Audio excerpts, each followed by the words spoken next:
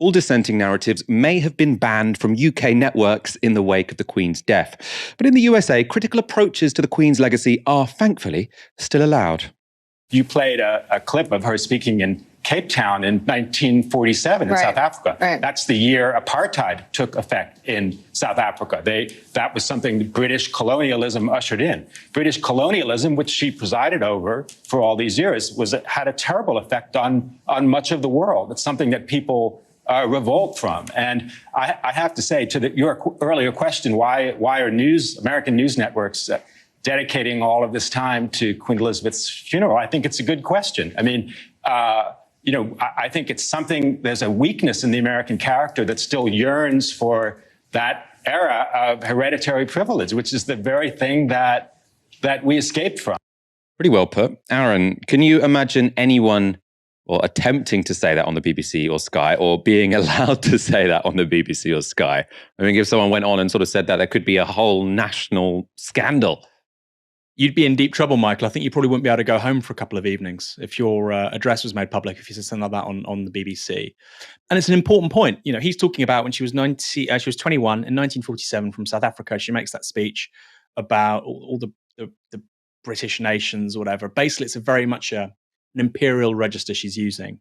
And of course, by 1952, that's somewhat changed. She accedes the throne. She's the Queen of the United Kingdom of Great Britain, Northern Ireland, and its possessions, etc., etc.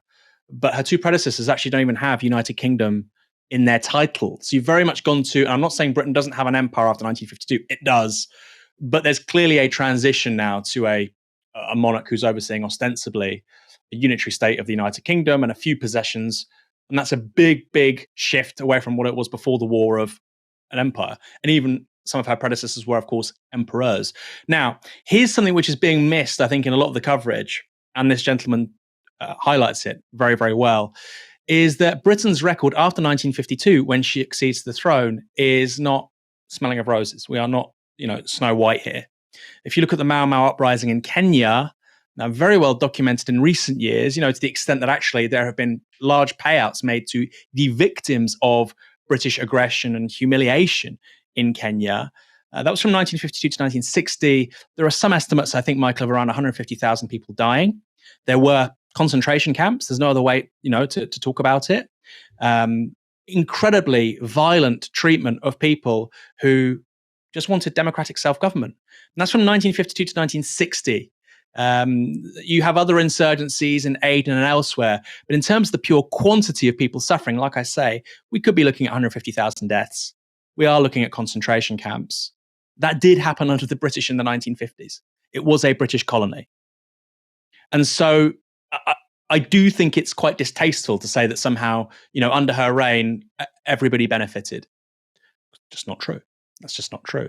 And of course, that's a big, big step from what was the case before 1945 or 19th century British imperialism, to the extent that you can have a British politician like Barbara Castle, Labour politician, go to Kenya and say, this is awful.